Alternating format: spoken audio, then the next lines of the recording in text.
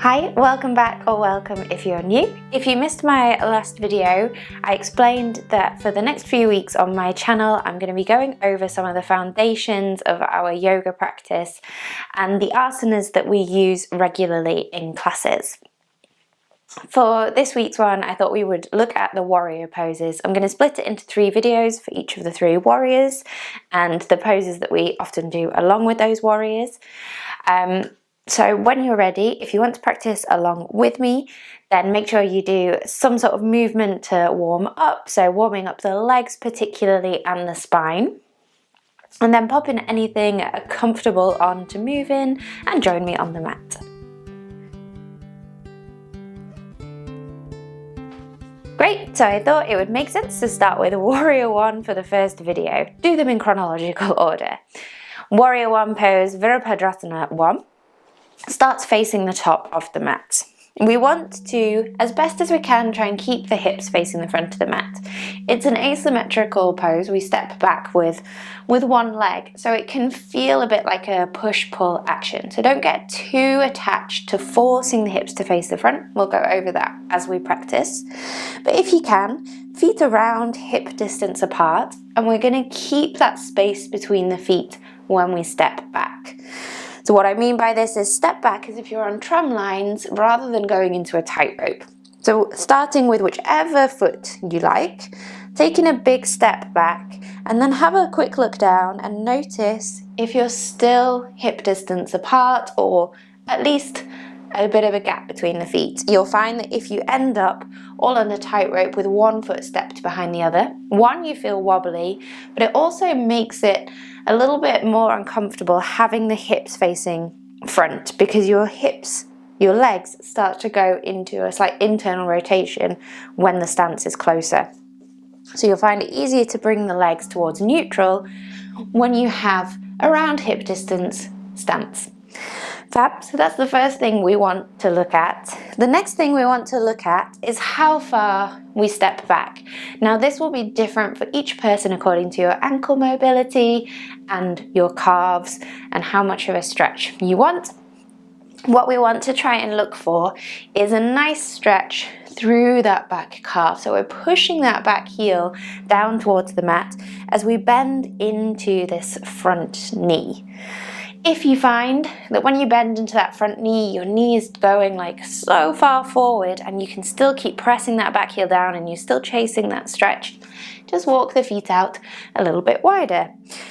Nothing terrible is going to happen, by the way, if your knee goes beyond your ankle. This is a yoga myth that occurred in the yoga world for some reason, that you can't send your knee beyond your ankle, but it's a normal thing for the body to do. So it's okay if it does.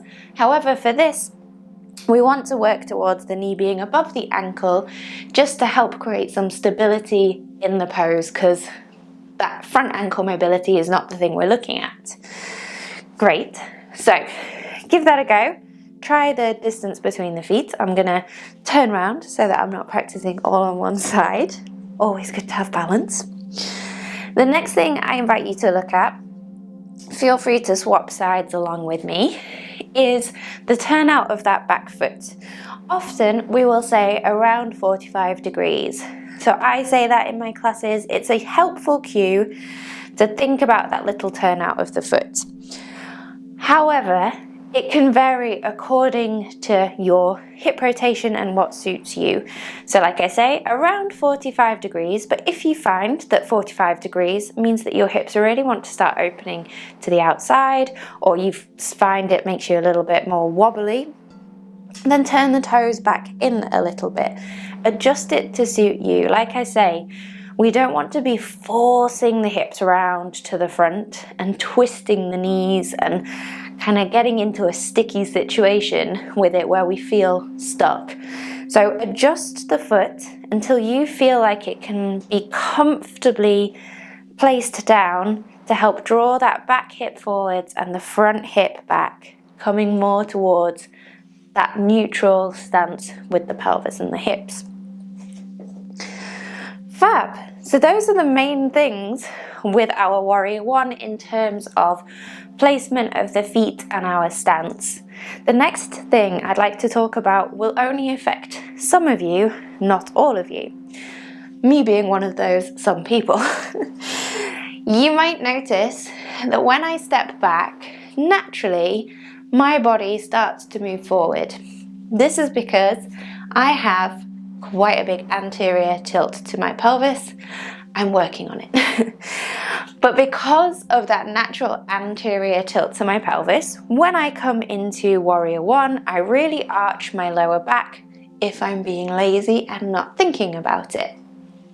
It can help if, like me, you have more of an anterior tilt, to have a little think about that tuck of the tailbone. So we're not going into a posterior tilt, and we're not even going all the way to a neutral pelvis. Like I say, it's asymmetrical, so the pelvis does want to move a little bit, but we want to try and work away from, if you're more of an anterior tilt person, is an extreme bend in the back and that weight coming forwards. You'll feel that tightness in your lower back when you allow it to happen, and you'll notice that when you tuck the tailbone slightly, you'll engage the glutes and your body naturally starts to come a little bit more upright. Which means that then when we reach the arms up, which is the next part of this pose, we can reach the hands up towards the ceiling comfortably without feeling like we're reaching into the space in front.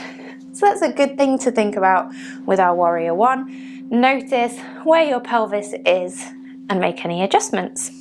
Fab! So all in all, that is our Virabhadrasana 1, Warrior One pose.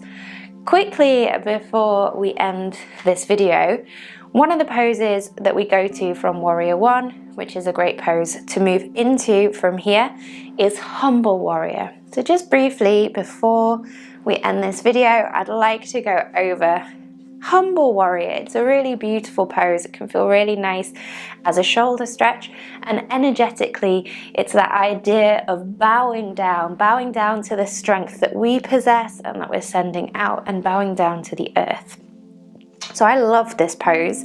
We come into it, like I say, from our Warrior One to make any adjustments you want to, finding your way into a nice strong stance. Then the hands will come down behind the back, interlace the fingers, draw the shoulder blades together. So we're opening out with the heart. And with that heart center forward, we bow the heart center down towards the ground and lift the hands up away from the body. Trying to keep the shoulders relatively even. So what I mean by that is not lowering the right shoulder towards the knee. Try and keep the shoulders even if that means being up a little bit higher. Then we simply come up, release the hands, and step forwards. So that's our Humble Warrior. Feel free to give it a go on the other side. And let me know in the comments if there's anything about Warrior One that you've ever wondered about or questioned, or you find it never quite feels right in your body. Like I say, it can be a bit of a sticky one because of it being asymmetric but us trying to send our hips forward. Sometimes you can feel a little bit stuck. So I encourage you to wriggle around a bit with the feet, find the best stance for you. As always with yoga, it's your body, so adjust it to suit you rather than the textbook version. Great! So I hope you enjoyed that, and I'll see you again in the next video, which will be Warrior 2. Om Shanti.